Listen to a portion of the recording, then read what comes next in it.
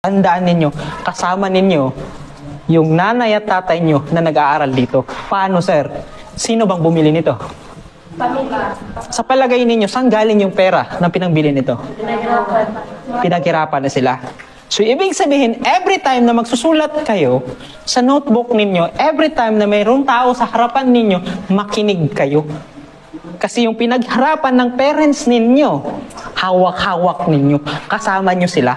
But by doing your best, kahit papano, yung pinagpaguran nila, na pinangbili nila nito, yung bagong bag, yung bagong sapatos, minsan nagagalit pa kayo kasi wala kayong ganito.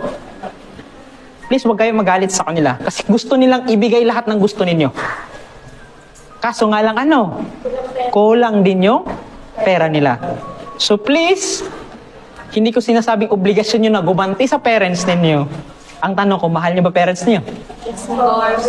Gusto nyo bang makita yung parents nyo nakatawa, nakangiti? Gusto mo, ma'am? Tama? So please always remember na pag nandito kayo sa loob nito, lalo na sa klase ko, do your best.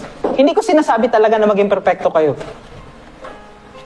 Na pinakamatalino, ang pinakagusto ko lang, gawin nyo yung best ninyo.